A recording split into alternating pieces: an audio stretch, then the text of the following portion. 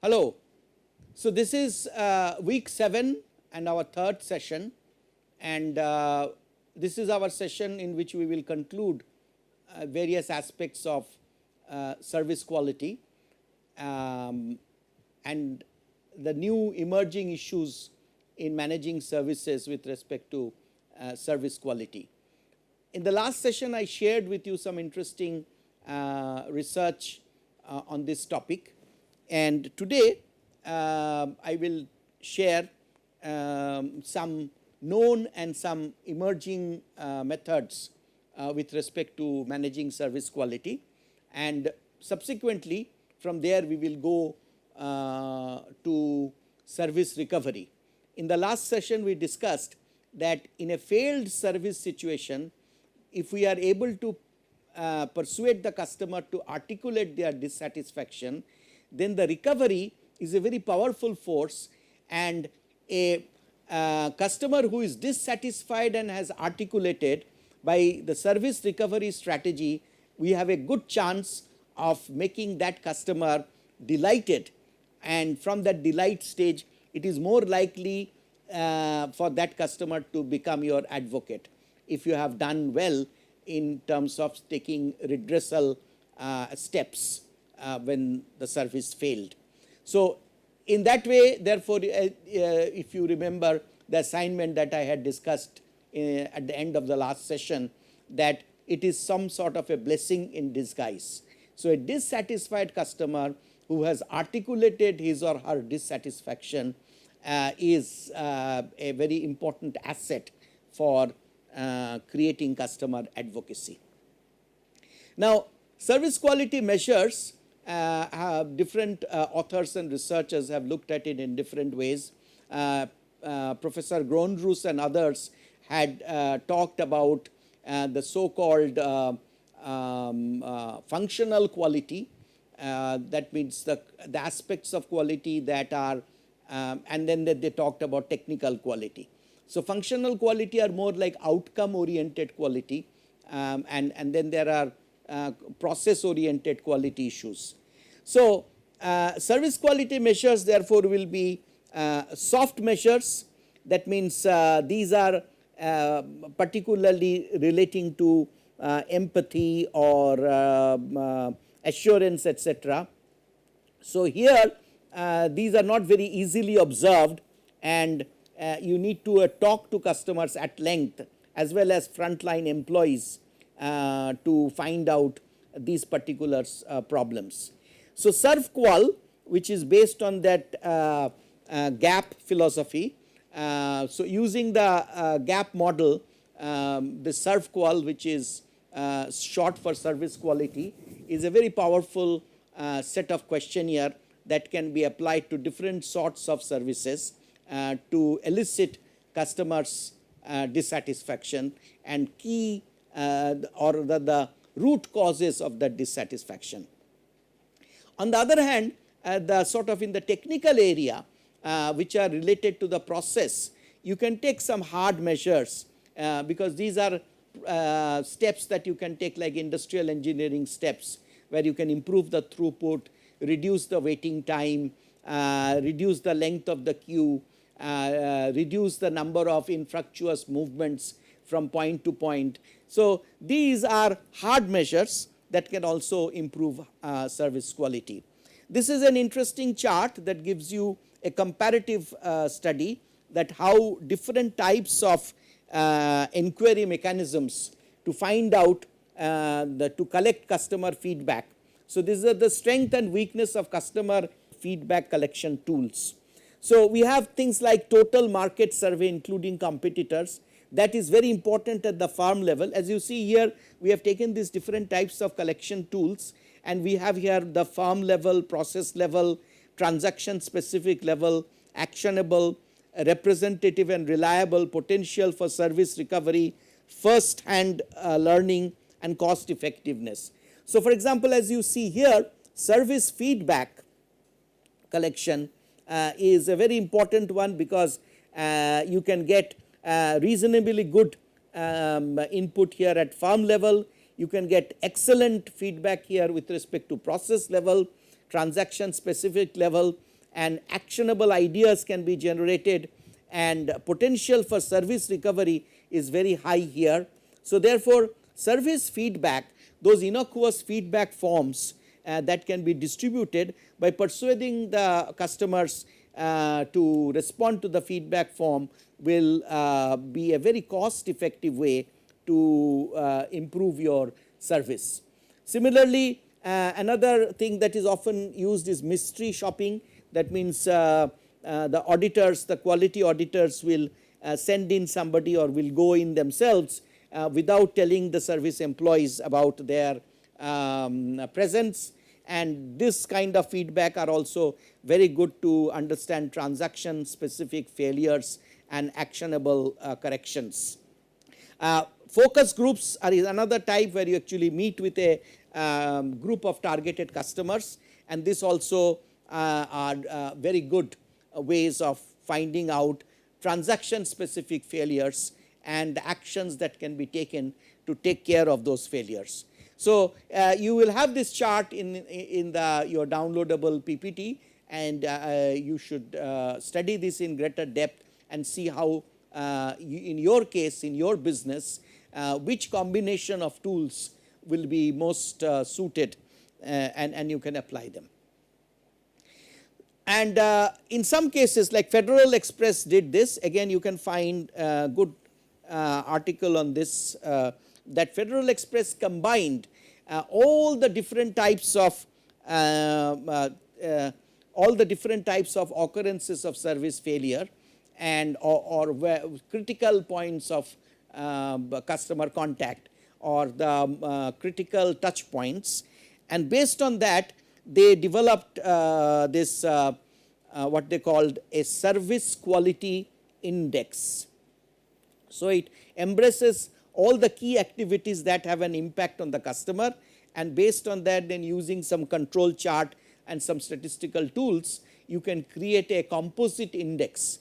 So, it will vary from Federal Express did this. So, in a courier service and that sort of logistics related services, Federal Express service quality index can be an excellent model.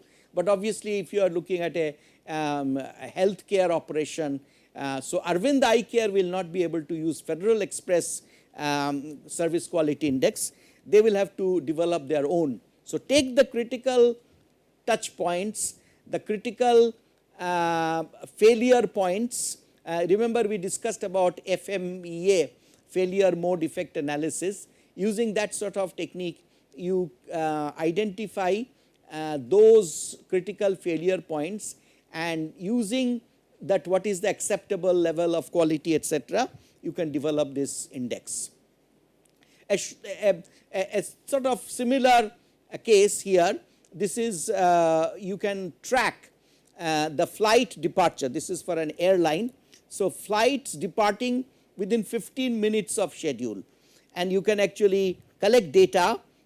This is, as you can see here, January, February, March, April onwards it has been collected, and as it shows that it is going above 90% somewhere, and it is a continuously rising trend, and you can then analyze that what caused these less than 80% stage earlier, and what made these improvements happen, and then you try to enshrine that into some sort of a best practice manual for your business. I am going to discuss now three very important tools that we use in service business. The first one is called Fishbone Diagram.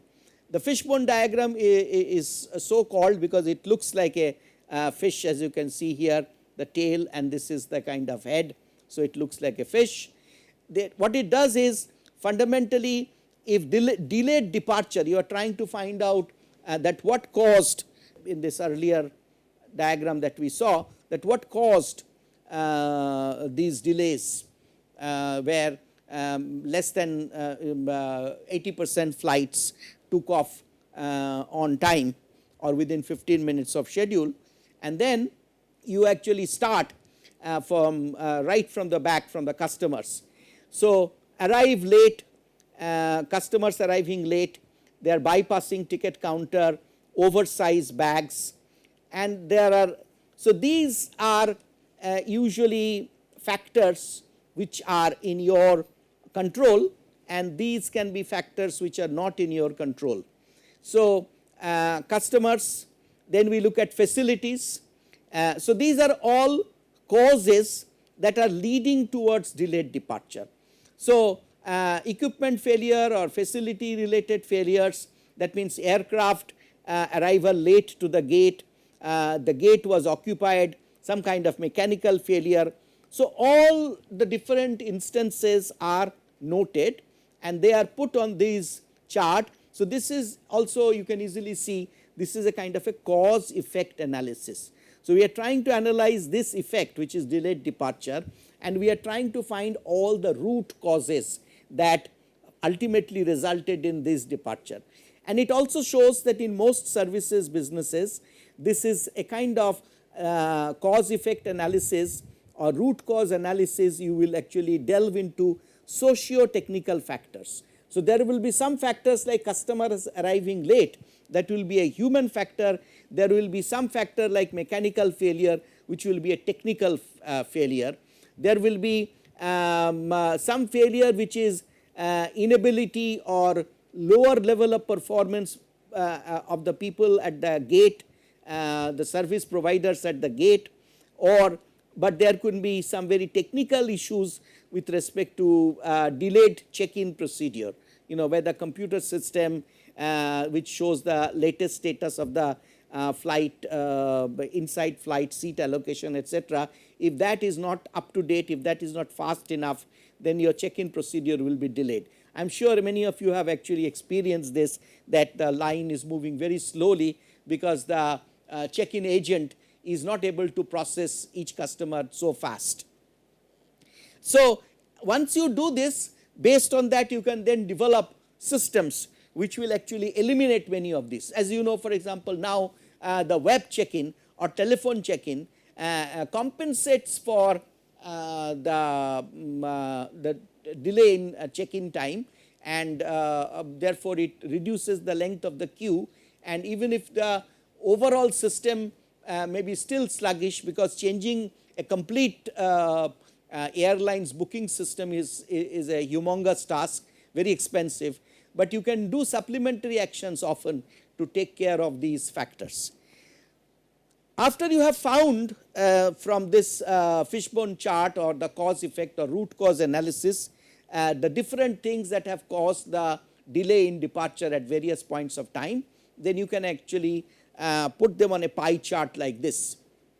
So as you see here, this has been collected from an American airlines situation. So this is Newark, this is Chicago, this is Washington National, and at every point like at Newark, 23.1% the delays were caused due to late passengers. Then in case of Chicago, 53.3% delays were caused due to delayed late passengers. In case of Washington, 33.3% were due to passengers arriving late.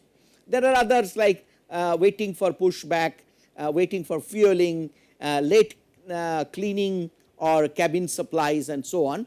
But as you see, overwhelmingly the pie chart immediately reveals to you that the key cause of delay is late arrival of passengers.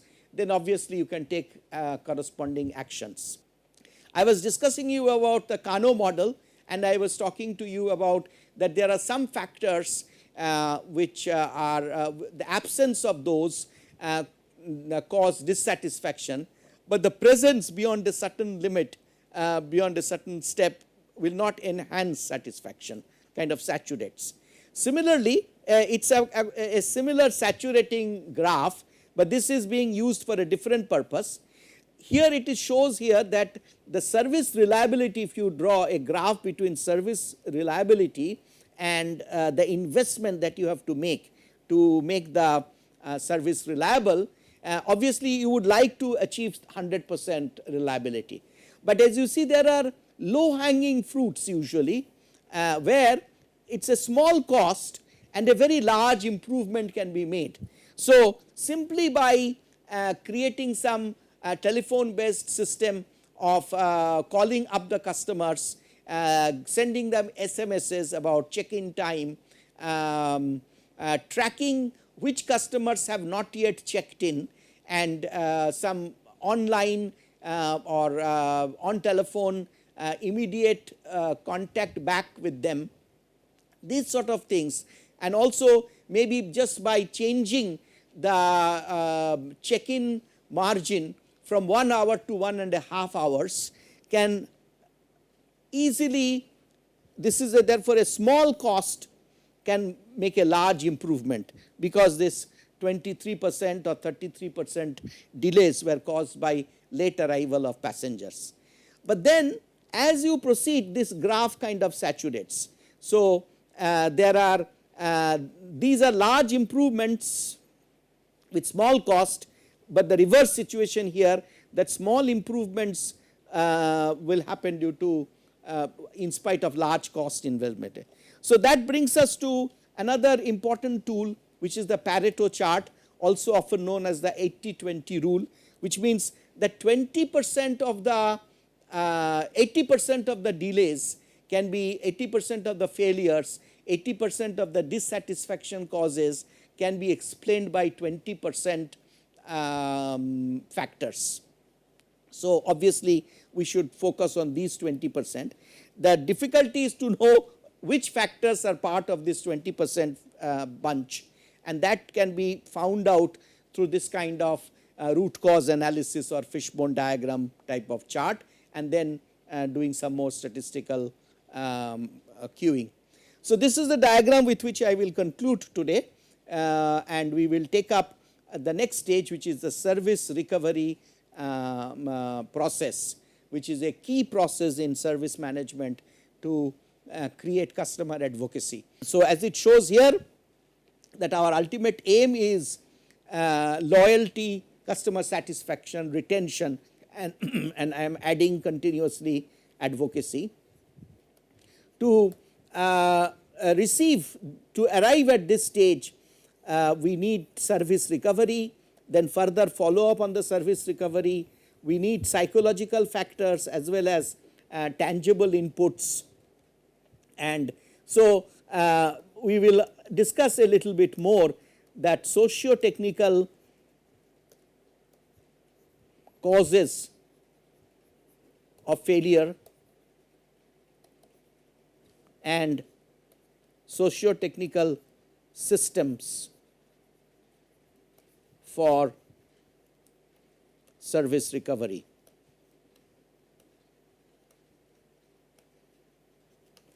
So this will be our topic for the next couple of sessions. Today we conclude therefore this the 3 sessions on service quality, its importance in services business, and the different classes of factors that contribute service quality. Thank you.